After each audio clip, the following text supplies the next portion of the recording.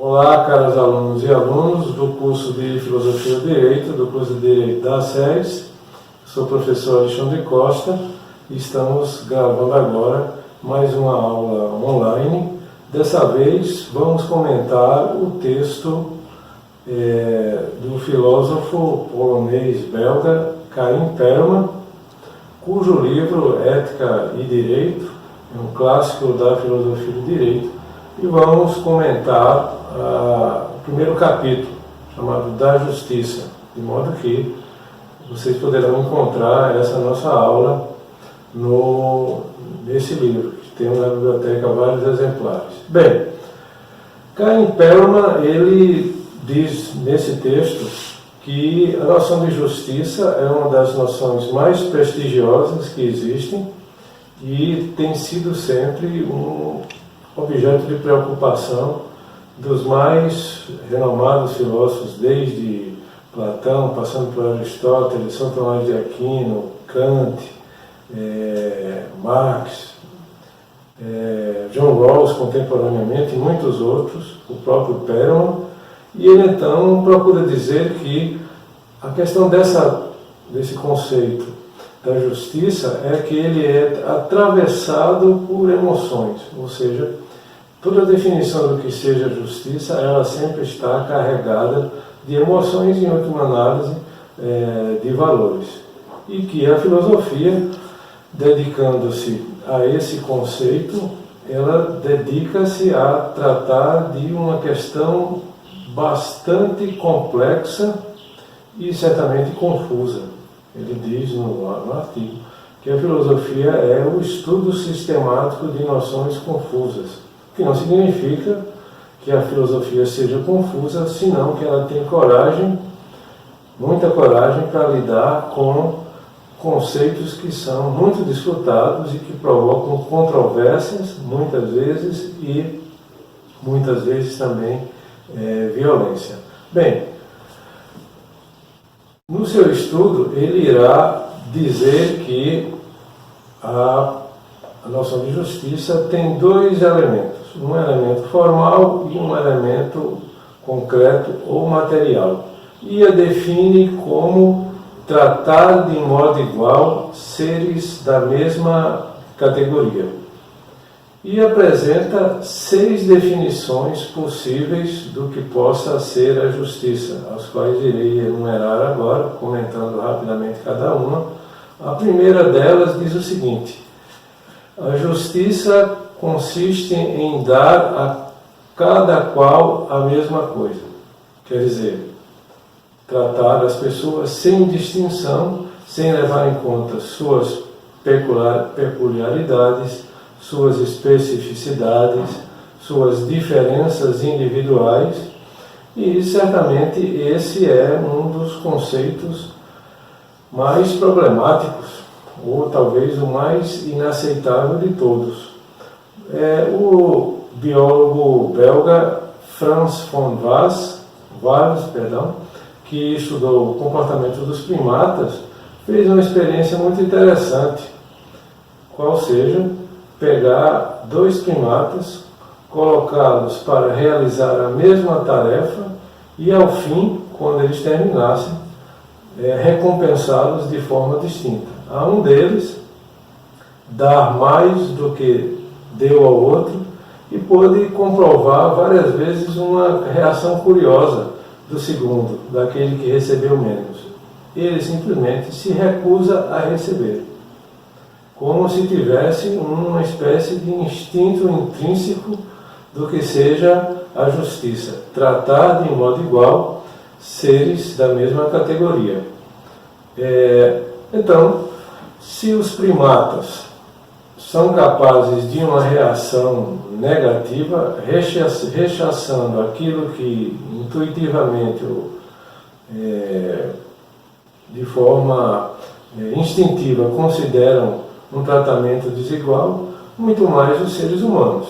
Imaginem que se eu chegasse numa sala de aula com um saco de chocolate, tivéssemos 60 alunos e eu só tivesse 30 chocolates, e nós teríamos então que criar um critério para distribuir. Ou quebrar ao meio cada chocolate, ou então algum outro critério que provavelmente a outra metade da turma consideraria irracional e inaceitável. Por exemplo, dar um chocolate para cada pessoa que estivesse com uma camisa vermelha, ou dar um chocolate para cada pessoa cujo nome começasse pela letra C, ou algum outro critério arbitrário.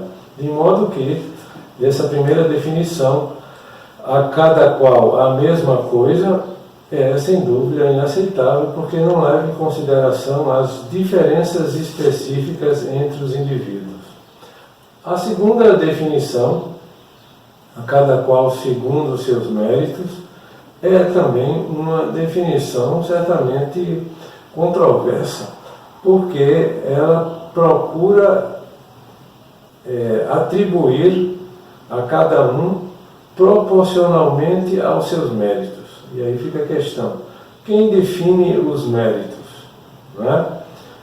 Aristóteles, por exemplo, que adota um das pessoas, um dos filósofos que adota essa definição clássica, ele acreditava que na própria polis, na própria cidade-estado grega, os cidadãos, os mais ilustres dentre todos, os melhores dentre todos, eram os mais capazes de avaliar de maneira efetiva e justa quais eram os méritos.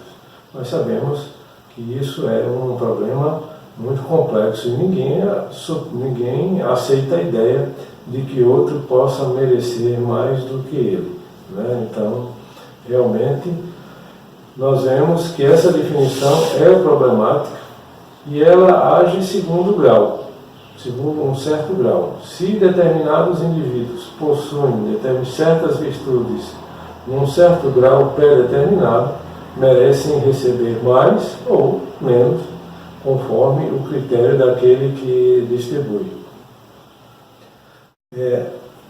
A terceira definição vai dizer: a justiça será dar a cada qual a mesma coisa segundo os seus méritos, né? Ou melhor dizendo, distribuir segundo os méritos. Nessa definição, segundo as obras.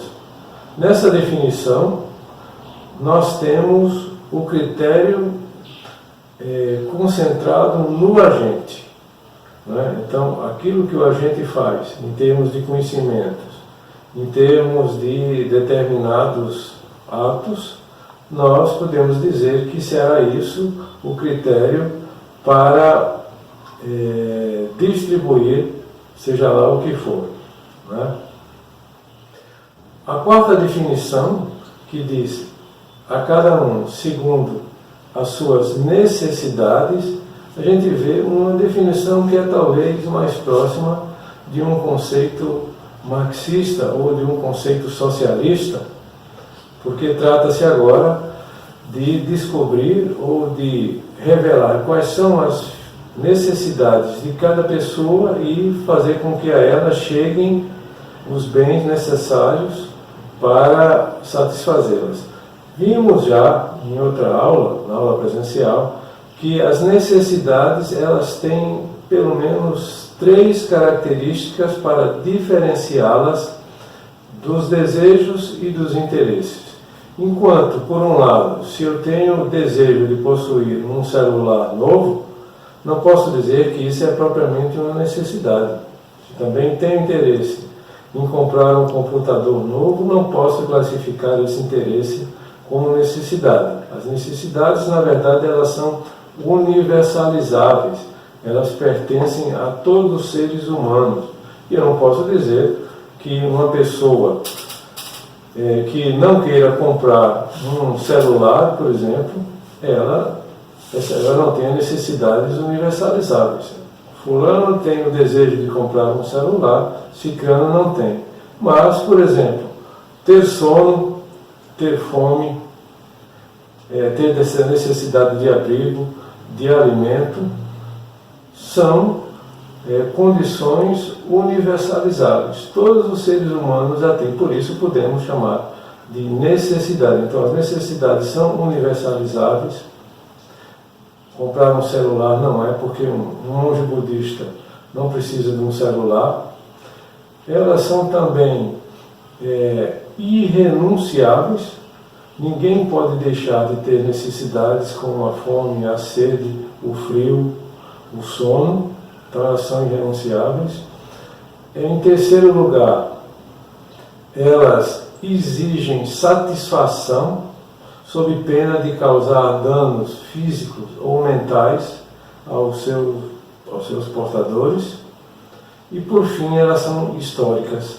Elas vão acontecendo ao longo da história da humanidade. À medida em que a sociedade vai se transformando, novas necessidades vão surgindo.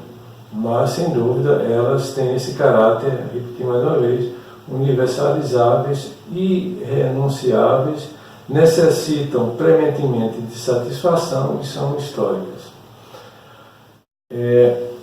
A quinta definição, a cada um segundo a sua posição, vocês vão notar que é uma definição aristocrática, não é? E que, de certa maneira, consagra para sempre a posição de cada indivíduo na sociedade, seja essa posição obtida por nascimento ou por algum outro critério estático. Então, você pode imaginar, por exemplo, a sociedade de castas na Índia, o exército, um exército onde certamente o coronel tem muito mais privilégios e desfruta de muito mais estima e consideração do que um simples cabo ou um recruta. A igreja, por exemplo, também é uma sociedade, uma instituição que recompensa segundo os seus méritos, desde os fiéis, passando pelo padre, pelo cônego, pelo bispo, pelo cardeal, até o Papa. É um exemplo de justiça conferida segundo a posição. Vocês então podem imaginar diversas estruturas hierárquicas que recompensam segundo a posição do indivíduo naquela estrutura. Por último, aquela que diz a justiça seria aquilo que a lei manda, e que nós vemos mais uma vez que é problemática, porque a lei pode ser extremamente arbitrária e excludente. Basta vocês lembrarem das leis nazistas de Nuremberg, de 1935, na qual o partido nazista, Hitler e os nazis, eles excluíram, por exemplo, os judeus do direito de terem seu próprio negócio, de ensinarem na universidade, por exemplo, em qualquer escola, o direito de casar com quem eles desejassem, o direito de ir e vir, o direito de possuir uma propriedade, ou seja, desvestiram os judeus da sua personalidade jurídica. Então, o que a lei manda nem sempre é aquilo que nós poderíamos considerar o mais justo. Uma lei, como nós vimos, ela pode ser excludente. Para encerrar, vamos analisar então os dois elementos da definição de Perlman. A justiça consiste em dar a cada um, consiste em tratar de modo igual seres da mesma categoria. O aspecto formal, que é tratar de modo igual, praticamente todas as pessoas concordam com isso. Nós chamaríamos esse aspecto de o aspecto formal. O segundo aspecto, que é o aspecto concreto, dizer quem são os seres da mesma categoria, aí é que começa o dissenso, a discordância e começam as contradições entre as opiniões das pessoas. Quem são os seres da mesma categoria? Dizer quem são os seres da mesma categoria implica valores, implica interesses, implica uma visão de mundo, não é? Que me diz como classificar ou como fazer uma hierarquia daquilo que eu considero o que cada um merece. Portanto, trata-se, a justiça é um conceito muito prestigioso, muito complexo e, como nós vimos, carregado de valores, certamente de vieses, de preconceitos, de interesses, de manipulações, etc. Então, Seria isso a nossa curta aula de hoje, e sugeriria que lessem o capítulo 1º da Justiça do livro Ética e Direito de Caim Pérola. Muito obrigado. Ficou bom, Deus?